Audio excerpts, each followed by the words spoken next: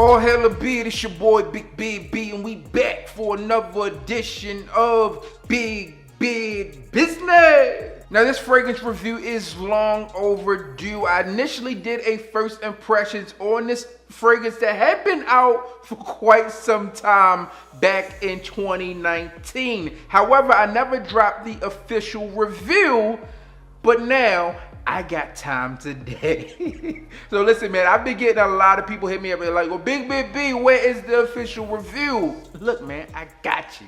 All right, it is here today. And as you can tell by the title, today we are talking about Dior Homme Parfum. I just like saying it like that. Don't ask me why. So if you saw the first impressions on this fragrance here, then you know I was laying in my bed, I don't know, like 4 or 5 o'clock in the morning. I got a message from my guy. He's like, you sleep? And I'm like, no, man, money never sleep. And he said, hey, listen, I'm in Italy shopping. What do you want? And I said, my dog, what's up? So I told him I needed this and also a Louis Vuitton wallet, and he picked them both up for your boy. So there you have it. This is how I got this fragrance for those of you who want to know. Now the presentation for Dior Homme Parfum is pretty much just like any other of the Dior Homme lineup, with the exception that it has a much darker bottle and the juice is much darker as well. Now this one is often referred to as one of the best fragrances from Dior in terms of Dior Homme lineup, and it's like a lost gem. Now here's the thing, if you can get your nose on this thing, or if you can get your hands on it, grab it, because even if you don't like it, you'll likely find someone who is willing to purchase it. Now I have come across this thing in a few places, and when I say a few places, I mean just a few. I was able to find this one in some duty-free locations and airports, and that's really about it. But what makes this thing so special? Why is everyone searching for it? Because 1, it's discontinued, and 2, it's good.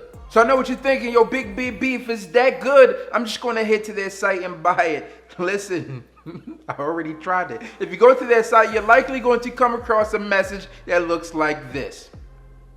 Yes, so you have to go out there and try to find it where you can. But let's get down to the juice in this thing, and why has it been so hyped, and is it really worth it? Now, if you were to spray this thing in the air, you're likely going to be able to detect 3 notes: iris, leather, and sandalwood, as the iris note has been really there in a lot of the Dior Homme fragrances, but this one, it's really amped up and subtle all at the same time. It's really weird how they did it, but it came out well. In addition to that iris, you're also gonna get some notes of chocolate in this thing, and to me, it comes off as a really nice masculine scent. Very manly, but is it for everyone? In my personal opinion, despite how well this thing smells, to me, it may not be for everyone. This one is a more mature fragrance, and with that being said, it takes a nose that's a bit more mature to really appreciate this thing. If you're new into the world of fragrances, you may not really like this thing.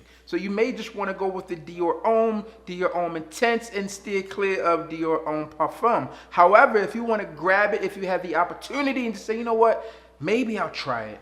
Come back to it, and I definitely think this is something you would like. In a situation where you will wear something like this, to me, this one isn't like an everyday type of scent, unless this is your personality. If you are dressing up to go into a office building and you have some type of power or authority, then to me, this one smells like someone in that case. Not saying that you can't wear it if that's not the case, but that's how this one smells. More specifically, I think this will probably be better suited for a formal event. So if you're going to a black tie event, you got some type of reward or award recognition program or ceremony that you're going to, then this one would work out. I think that this one is sophisticated, it's masculine, it's manly, and it's also sensual, so it can get you some compliments in the times that you do choose to wear it. Now, as this thing transitions through its life cycles, on its dry down, you're going to get a leathery note that's not super aggressive. Sometimes leather comes off as uber aggressive, aggressive, English Smace,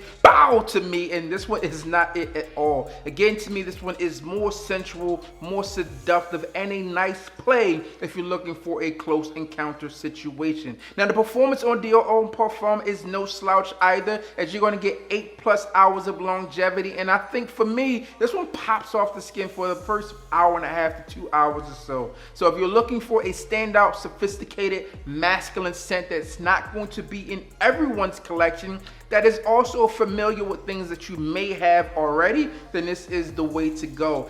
Giving this thing a rating on a scale of 1 to 10, I'm going to give this one a solid 8.5 out of 10. Yes, I know some of you like, yo, Big B, not a 9, not a 10.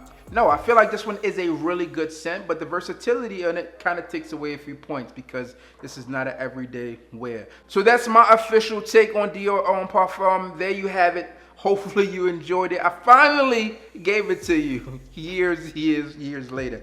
But as always, I'm your boy, Big B. Don't hit the like, comment, and subscribe. Tell a friend that we are back again.